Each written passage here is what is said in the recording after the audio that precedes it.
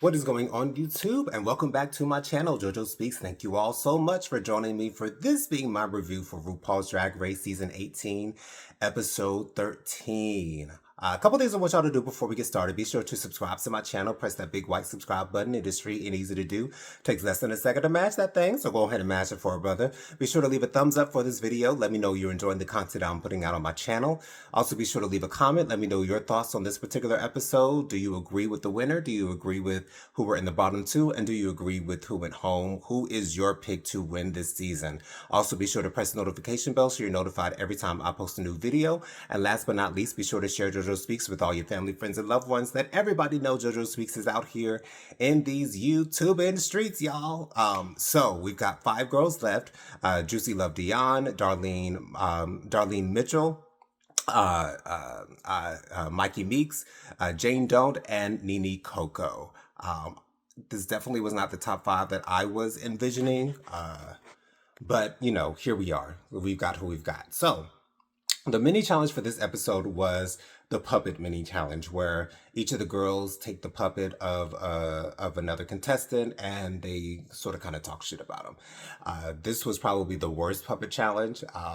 These puppet challenges have never been my favorite, but you know, it is what it is. The ladies really weren't able to, you know, come up with a lot of good material on the fly. To be honest, I thought Jane Don't did the best. But the ladies really didn't do that well on this mini challenge. So let's get on to the maxi challenge for this episode, and it is Karen's Gone Wild. So the ladies are taking different scenarios as a Karen, and they're doing improv for this challenge. So first up, we have Juicy Love Dion. Juicy Love Dion is the parking spot Karen. I thought Juicy Love Dion did a great job. I love the fact that Darlene Mitchell was the one who encouraged Juicy Love Dion to lean into her Latina, you know, girl, ghetto type, you know, type thing. And I thought Juicy Love Dion did great. She acted like RuPaul hit her with the car, and she was, you know, saying like, you hit me, you know, when RuPaul said that she was married, and Juicy said, I don't see a ring, you're a liar. I love that. I love the way that Juicy kind of fell over the railing to get to the scene. I thought that was pretty funny. I thought Juicy held court during that back and forth with Rue. You know, when she said that she was going to call her husband, you know, when she was on the ground and, you know, after being hit by the car, and saying, I'm calling the police, have fun in jail. Like, I thought that was hilarious. So I really did enjoy Juicy Loves Dion's performance during this challenge. And she was actually a Karen during this thing. So I really did enjoy that. Next up, we have Darlene Mitchell. Darlene Mitchell was the shoplifting Karen. I thought Darlene Mitchell was funny. I will say that. Y'all know Darlene Mitchell is my favorite queen that's left. I don't think that she's going to win. Who knows? But I don't know. There might be a chance for her to win, but who knows? I'm not sure. But anyways, I thought Darlene was really funny. I think Darlene's issue is I thought the look was great. I thought that wig screamed Karen. And let's see. I just thought that she did a great job. You know, Rue was playing a security guard that was trying to stop her from leaving the store. And the main issue with Darlene was she was playing like this Christian woman, and so therefore she was really nice. She wasn't acting like a Karen necessarily. Yes, she was funny. You know, she said she comes here on Saturday, Sunday, and sometimes on Monday when her husband's not home. I thought that was a pretty funny thing. When Rue asked her to pray, I thought Darlene did pretty good with that. You know, when she asked Rue what her credentials were, I thought that was a Karen thing to say. But Darlene was more of a nice Southern woman as opposed to being a Karen, because Karens are never nice. Karens are always getting on your nerves. Karens are always thinking that the world revolves around them. So although I thought Darlene was funny in her skit, I don't think that she really met the brief and what the brief was asking for, if that makes any sense. So, oh, and also the runway was from wholesome to fulsome. I thought Juicy Love Dion's runway was cute. I love the fact that she was, sort of kind of doing this Alice in Wonderland type of thing for her wholesome look. And then for her fulsome look, she was dressed as a little kitty cat. I thought that was cute. Darlene's, Darlene has been a little basic during this season on the runway. So, her whole, type of, urine play thing, some people might see that as disturbing. For me, it was just too simple. It was just too simple for me. But yeah. Anyways, next up we have Mikey Meeks. Mikey Meeks is the traffic stop Karen. I thought Mikey Meeks did the best job. I thought she won this hands down.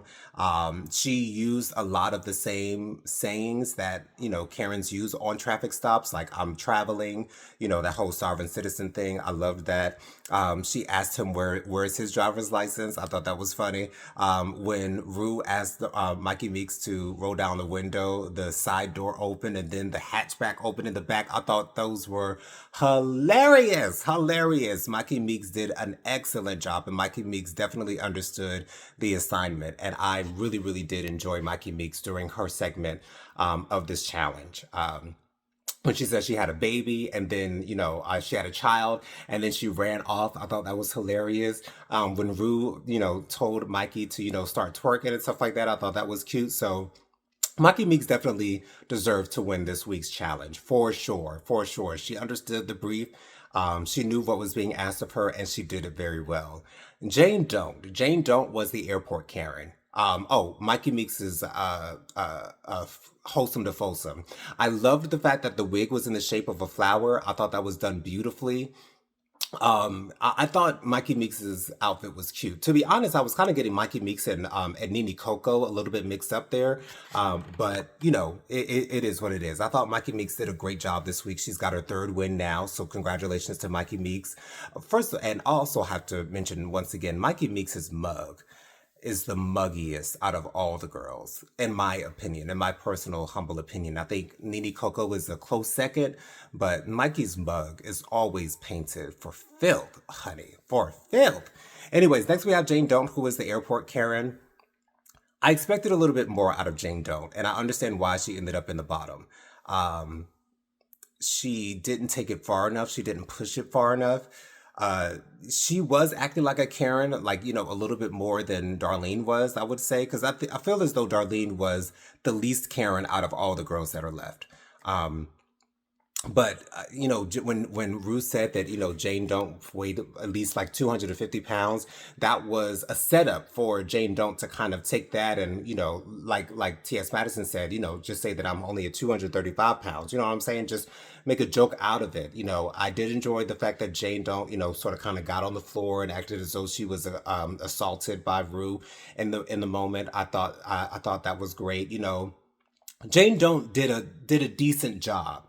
Um, but she wasn't Karen enough for me personally. I don't think that she really, she created a character for it, yes, but it wasn't hitting as well. Definitely not as well as Mikey Meeks is. That's for sure. So again, I understood why she ended up being on the bottom. As far as her wholesome to fulsome look, I did not care for her wholesome look, although I understood where it was coming from. I did love her fulsome look. That's the best breastplate that I've ever seen on RuPaul's Drag Race. It looked so natural and so real. And although when you saw the back of it, you did sort of kind of see the breastplate, but the cover up on the front was excelente. Now on Jane Don't's wig, like there were these pieces like in the back that sort of kind of dangling down. A lot of people were saying that she looked like Bette Midler from Hocus Pocus. And I would have to agree with that. But yeah, I thought her fulsome look was what was great. Next we have Nene Coco. Nene Coco is the HOA um, homeowners association Karen.